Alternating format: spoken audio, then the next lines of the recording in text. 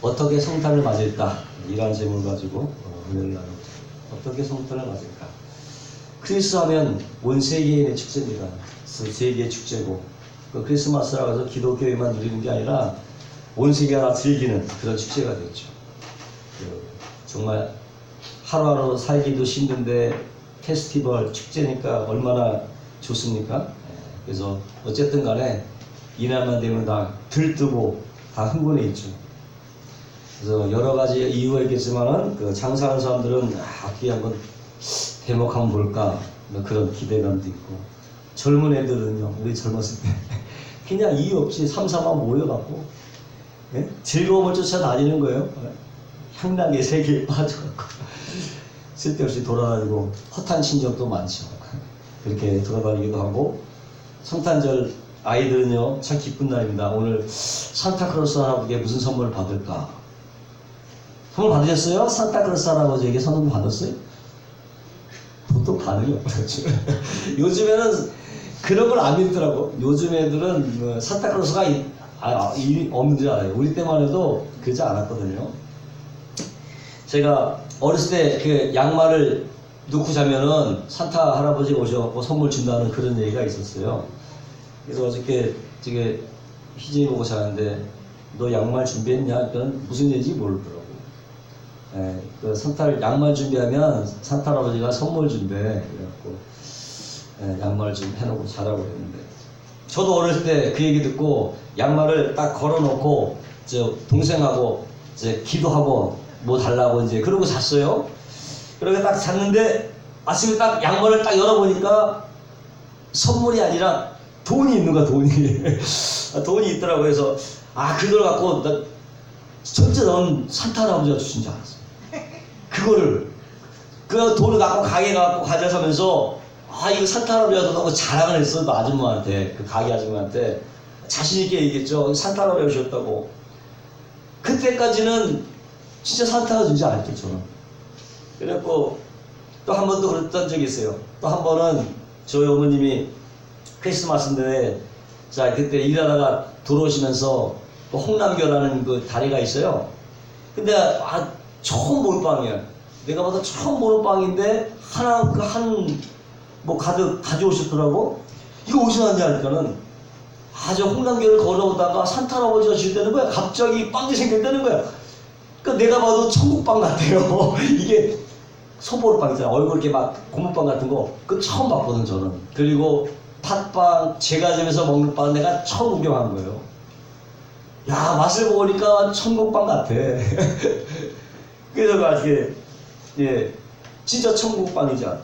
그래서 이 빵이 어디서 왔냐니까 그 산타로 주셨다는 거예요. 철석같이 그걸 언제까지 믿었냐? 중학교 때까지. 중학교 때까지 그걸 믿었어요. 나중에 이제 아닌 건 알지. 순진한지 바본지 잘 모르겠지만은 어쨌든 간에 그때 어머님이 거짓말 했지만은 뭐 그리 나쁘지 않더라고요. 그래도 산타가 있다는 꿈을 꿀 수 있었으니까. 실제는 아니어도. 근데 요즘 아이들은 상당히 현실적이죠. 현실적이어서 예전에 은찬이가 아주 어렸을 때예요. 초등학교 한 2학년, 이때 3학년 때 벌써 산타가 없다고 딱 그렇게 얘기하더라고. 깜짝 놀랐어 저는. 요즘 아이들은 우리가 살았을 때하고 전혀 다르죠. 명석하고 아주 영악하고 영리하고 현실을 직시한다는 면에서 좋긴 하지만은 꿈을 대신 꾸지 못하는 게 또 한 가지 좀 안타까운 부분이 있죠. 어쨌든 간에 성탄절이 되면은 무슨 선물을 받을까 은근히 기대하기도 합니다. 오늘 그러니까 어떻게 과연 성탄을 맞을까 함께 생각해 보는 시간을 갖겠습니다. 첫째로 성탄절은요, 우리의 믿음, 우리의 신앙을 확증하는 계기로 삼으시기를 바랍니다. 성탄절을 통해서 누가복음 15장 16절에 보니까 2장 15절 보니까 천사들이 떠나 하늘로 올라가니 목자가 서로 말하되 이제 베들레헴으로 가서 주께서 우리에게 알리신 바 이 이루어진 일을 보자 하고 빨리 가서 마리아와 요셉과 구유에 누인 아기를 찾아서. 목자들이 밖에서 양을 보려고 있을 때 갑자기 천사들이 나타났습니다. 그래서 모두가 놀랐는데 천사가 말하는 겁니다. 베들레헴에서 온 백성을 다스릴 예수가 나실 것이다. 자, 그리고 떠나갔는데 어리둥절한 거죠. 어리둥절했는데 정말 천사들의 말이 맞는가 확인해보고자 그런 마음에 찾아가기로 했어요. 정말 맞는가? 그거 찾아갔는데 사실 그들이 양을 치려고 하고 베들레헴에는 거리가 어느 정도인지는 모르겠어요. 정확히 모르지만 어쨌든 그 길을 걸어서 직접 찾아갔고 직접 눈으로 확인했다는 거예요. 말 구유에 놓인 아기 예수를 직접 보고 눈으로 확인하고 그게 경배를 드렸다. 눈으로 확인했다는 거예요. 그 소리를 듣고 다른 한편에 당시 종교 지도자들도 메시아가 날 거라는 것을 너무나 잘 알고 있었어요. 마태복음 2장 4절에 보니까 왕이 모든 제사장들과 백성의 설견들을 모아 그리스도가 어디서 나겠느냐고 물으니 유대 베들레헴이오니 이는 선지자 있게 기록된 바 유대 땅 베들레헴아 너는 유대 고을 중에 가장 작지 아니하도다. 내게서 한 다스리는 자가 나와서 내 백성 이스라엘의 목자가 되리라 하였음이니라. 메시아가 날 것을 이미 유대 지도자들은 다 알고 있었어요. 그러나 그들은 아무도 찾아가지 않았다는 거예요. 알고만 있었지만 찾아가지 않았다. 오늘 우리가 어떻게 성탄을 맞이해야 되냐? 첫째로 양을 치던 목자들은 자신이 믿고 있는 바를 확증. 우리가 믿고 있는 바를 확증해야 됩니다. 요즘에는요 설교의 플러드 홍수 시대예요. 설교가 막 홍수같이 넘쳐나요. 극동방송만 뜨면요 설교가 막 쏟아져 나오고 CBS, CTS 보면 아주 유명한 목사들 나와서 설교가 뭐 얼마든지 들을 수 있어요. 교회 안 가도 얼마든지 말씀을 들을 수 있어요. 만약 10년 동안요 교회 일주일 동안 뭐 수요 예배, 금요 철야, 주일 예배 3번을 간다 치면은 10년 동안 1500편의 설교를 듣게 돼요. 1500편의 설교. 그렇게 설교가 많은데 정말 그것을 스스로 확증해 본 경우가 과연 몇 번이나 있는가? 흘려버리는 수가 많다는 거죠. 근데 사도행전 1장 17절, 17장 11절 보니까 베리아 사람들은 아주 신사적이어서 말씀을 받고 그것이 그런가 하여 날마다 성경을 상고했다. 이 말씀이 맞냐 안 맞냐 성경을 상고했다고 해요. 확증하는 거죠. 내가 맞는 게 맞는가. 성경을 연구했답니다. 이거는 하나의 말씀을 의심해서가 아니라 분명하게 짚고 넘어가겠다는 태도 때문입니다. 분명히 짚고 넘어가요. 우리의 믿음 또한 확실한 말씀에 근거해야 될 줄로 믿습니다. 그래야 믿음이 요동치 않아요. 말씀에 근거한 믿음은 요동치 않습니다. 오늘도 말씀을 듣고 그냥 흘려버리지 말고 스스로 찾아보고 연구하고 공부하셔서 확신 있게 자신의 것을 만드시기를 주의 이름으로 축원합니다. 길을 갈 때도 가는 길, 내가 가는 길이 정말 다른 길인지 아닌지를 분명히 알고 가야 되죠. 버스나 전철을 탈 때도 목적지가 분명히 확인하고 타야지 아무 데나 타서는 안 된다는 거죠. 목적지를 확인해야 돼요. 신앙의 길도 마찬가지입니다. 내가 믿고 따르는 그리고 섬기는 분이 과연 정말 바르게 나를 인도하고 있는지 아닌지를 바로 알고 가야 될 것입니다. 어떤 사람이 중동 시리아 여행을 떠났는데요. 여행 중에 목동 3명이요. 자기를 돌보던 양떼에게 물을 먹이는 장면을 보게 되는데 한 목자가 메나는 나를 따라 이렇게 메나 하니까 양들이 그 목자의 음성을 듣고 따라가는 거예요. 두 번째 목자도 역시 메나 하니까 또 역시 그 목자 자기 양을 목자를 따라가는 거예요. 이게 희한하다 해서 내가 한번 해보겠다고 그 터보를 뒤집어쓰고 지팡이를 가지고 메나 외쳤어요. 근데 세 번째 양들은 움직이지 않아요. 예? 왜 안 움직이냐니까 자기 목자의 음성을 듣는다. 목자의 음성을 듣고 움직인다는 거예요. 그렇구나. 그런데 양이 병들면요 그냥 아무나 따라간대요. 양이 병이 들면 아무 목자가 다 따라간다는 거예요. 예수님 말씀하십니다. 내 양은 내 음성을 듣는다고 말씀합니다.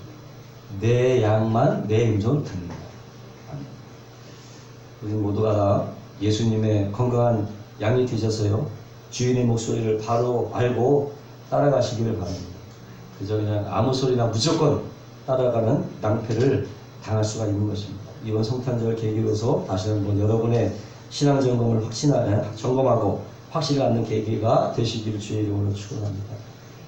두 번째, 이 성탄절은요, 우리의 신앙을 전파하는 계기로 삼으시기를 바랍니다. 누가복음 17장 보니까 보고 천사들은 자기들에게 이 아기에 대하여 말한 것을 전하니 듣는 자가 다 목자들이 그렇게 말한 것을 놀랍게 여기되 마리아 이 모든 말을 마음에 새겨 생각하니라. 그러니까 목자들은 구유에 놓인 아기 예수를 보는 것으로만 끝내지 않고 천사들이 일러준 말을 전했다는 거예요. 복음을 전했다는 거예요. 예수가 나신다는 복음을 전했다는 거예요. 이 말을 듣고 모두가 놀라운 소식에 다 놀랐죠. 그러나 마리아는 그것을 심중에 두었다고 말하고 있는 거죠. 성탄, 거룩한 탄생. 결국은 거룩한 자가 태어나는 것을 기뻐하는 것인데, 사람들은 성탄절을 즐거워하지만 정작 성탄의 주인공은 안중에도 없어요. 성탄의 주인공은 예수님인데 성탄절만 관심 있지 성탄의 주인공 예수님은 관심이 없어. 네? 정말 중요한 것은 보석 상자가 중요한 것은 그 안에 보석이 있기 때문에 중요한 거예요. 상자는 아무 의미가 없는데, 네? 보석이 되시는 예수 그리스도를 또 만나시기를 주의 이름으로 축원합니다. 우리는 본 적이 없죠. 본 적이 없지만은 거듭날 때 마음의 눈으로 모두가 우리를 예수를 만난 줄로 믿습니다. 마음의 눈으로 영적인 부활하신 예수를 믿기 때문에. 육신의 예수를 볼 수 없잖아요. 2000년 전에 그 육신에 오신 예수님은요, 그 누구도 본 적이 없어요. 우리가 믿는 예수님은 부활한 예수님이에요. 영적으로 부활하신 예수님. 오늘도 그 예수님 안에서 날마다 기쁨을 만끽하게 되시길 주의 이름으로 축원합니다. 예수님이 나의 구주가 되시고 나의 주님이 되셨다. 여러분의 믿음을 전하시기를 주의 이름으로 축원합니다. 정말 우리가 사는 세상은요, 정말 참된 소망이 없는 세상. 참된 소망. 소망은 있죠. 그러나 무슨 참된 소망. 참된 소망. 요즘에는 더 그렇습니다. 여러 가지 복잡한 소리가 많이 어지럽고 막 어두운 소식들이 부정적이고 암울하고 여러 가지 집회도 막 있고 어수선하고 기쁨의 소식을 별로 없어요. 소비 심리가 위축이 되고 사업도 예전 같지 않고 국가 경제가 장기 침체 국면에 흘러가고, 장기 침체는 몇십 년이 흘러. 장기 침체는 단기는 뭐 이렇게 1년이지만 장기 침체는요 곡선이 쫙 하향하는 거야. 전체적으로 10년이 넘고 20년짜리 장기 침체에 들어가는 그런 식이고, 금융위기, 사업위기, 가정위기, 여러 가지 위기가 언제 끝날지를 모르는 그런 상황 가운데 진정한 소망은 참 예수님만이 변신하는 것을 믿으시기를 주의 이름으로 축원합니다. 절대적인 절망을 삼켜버리고 심지어 죽음까지도 삼켜버린 일을 믿으시기를 주의 이름으로 축원합니다. 소망을 가지세요. 내일은 올보다 나을 것이다. 명년은 금년보다 나아질 것이다. 이런 소망을 갖고 여러분 달려가시기를 주의 이름으로 축원합니다. 소망이 있어야 돼요. 그것이 우리의 큰 힘이요 원동력인 거죠. 미국의 유진 랭이라는 백만장자가 있었어요. 그가 한 번은 뉴욕에 있는 빈민가의 초등학교 6학년들을 대상으로 강의를 하게 되었는데 모두가 59명이었어요. 대부분이 다 그 푸에르토리코 출신의 흑인들인데 이 아이들은 초등학교가 그냥 마치면 다 끝나는 거예요. 더 이상 진학이 안 됐지. 어쨌든 어쩌다가 상급학교에 진학하는 경우가 있지만은 중도에 포기하고 탈락을 하는 그런 상황이었어요. 이런 상황에 자기가 준비한 강의 내용이 안 맞겠다, 안 맞겠다 해서 강의 대신에 뭔가 얘들한테 실질적인 도움이 되겠다 해서 준비한 약속을 했는데 뭐냐면, 너희들이 계속 학교를 다니고 대학교까지 가면 내가 너희의 모든 등록금을 대주겠다. 얘들이 소망을 가진 거예요. 왜냐하면 여기 열심히 공부를 해봐야 등록금이 안 되니까 아예 포기했는데 내가 등록금을 내주겠다. 그러니까 아이들의 태도가 완전히 바뀌어요. 소망이 있는 거죠.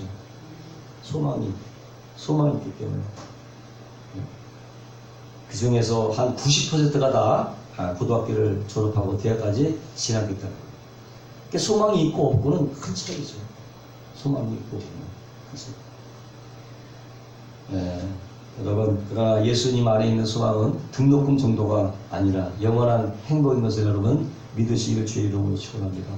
이 영원한 소망을 전하는 저와 여러분 되시기를 주의 이름으로 축원합니다. 세 번째로는요, 하나님을 영화롭게 하는 계기를 삼아야 됩니다. 20절에 보니까 목자들은 자기에게 이르던 바와 같이 듣고 본 그 모든 것을 위하여 하나님께 영광을 돌리고 찬송하며 돌아가요. 인간의 제일 목적은 바로 하나님을 영화롭게 하는 것이다. 그 웨스트 미스턴 신앙 고백의 첫 번째 나와요. 인간의 제일 목적은 하나님을 영화롭게 하시는 거죠. 아멘. 하나님을 영화롭게 해서 제일 목적이에요. 우리가 주일날 예배하고 또 어린아이들을 섬기고 봉사하는, 교회를 봉사하고 섬기는 모든 것들이 다 하나님을 영화롭게 하는 것입니다. 그래서 우리 삶 전체가 하나님의 영광을 위하여 살아가는 거예요. 보니까는 사도 바울이 고백하고 있습니다. 그런즉 너희가 먹든지 마시든지 무엇이든지 다 하나님의 영광을 위해서 영광을 위해서. 그러나 대부분 사람들은요, 하나님의 영광보다는 자신의 유익을 구하며 살죠. 심지어는 내가 잘 되기 위해서는요, 하나님을 이용해 먹는 경우도 있어요. 지금 말이 그렇지만 하나님을 이용해 먹는 경우도 있어요. 우리는 말로나 삶으로 정말로 하나님을 영화롭게 해야 될 줄로 믿습니다. 하나님을 영화롭게 하면 하나님 우리를 존귀하게 되어 주시고, 엘리의 제사장과 그 아들들을 보시면요, 막 하나님 없음 여기고 제사도 막 경홀히 여겼어요. 결국 어떻게 죽음을 맞이하지 않습니다. 이렇게 하나님은 경홀히 여기면 하나님도 그를 경홀히 여기십니다. 히브리 말에 카바드라는 단어가 있어요. 카바드. 이 카바드는 희한한 단어예요. 그것은 뭐냐면 각 사람의 영적 무게를 다는 단어인데, 카바드라고 하는 말은, 이 카바드가 어디서 있냐면 하나님께서 바로의 마음을 강팍하게 할 때 카바드를 썼고, 또 내가 너를 존중하게, 무겁게 존중한다는 거죠. 존중하다는 의미도 또 카바드야. 자, 이 참 히브리 말이 기가 막혀요. 카바드가 어떤 때는 강팍하다로 변형이 되고 어떤 때는 아주 존중하다로 표현이 되는 거예요. 이게 무슨 말입니까? 예? 하나님께서는요, 이중적인 그런 말씀으로 역사하시는데, 하나님은 무슨 얘기야? 하나님을 가까이 하는 자에게 하나님은 가까이 하시고, 하나님을 먼 자에게는 하나님도 멀리 하신다. 여러분, 하나님과 늘 가까이 계시기를 주의 이름으로 축원합니다. 인생은 단 한 번뿐이고 인생에 연습이 없습니다. 연습이 없어요. 매일 본선 경기를 치르는 것이고, 한 번 떨어지면 그저 탈락하고 마는 거예요. 월드컵은 한 번 떨어지면 4년의 기회가 있지. 근데 인생은 그렇지 않습니다. 한 번 지나간 인생은 두 번 다시 오지 않습니다. 예? 그러므로 한 번뿐인 인생, 또 한 번뿐인 목숨, 하나님을 위해서 살고 하나님을 영원하게 하시면 사시기를 주의 이름으로 축원합니다. 결론하겠습니다. 첫 번째, 신앙을 확증하는 계기로 삼으시고요, 신앙을 전파하는 계기로 삼으시고, 하나님을 영화롭게 하는 계기로 성탄절을 삼으시기를 기도하겠습니다. 거룩하시고 영화로우시 감사합니다. 오늘도 하나님 아버지께서 우리에게 주신 메시지를 가지고 날마다 성탄절을 맞이해서 우리의 믿음을 확증하고 또 하나님을 전파하는 계기, 하나님 영화롭게 하는 계기가 될 수 있도록 인도하여 주옵소서. 정말 우리 모두에게 유쾌한 메리 크리스마스가 되기를 원합니다. 하나님께서 함께하여 주옵소서. 감사합니다. 예수님의 이름으로 축복하고 기도합니다.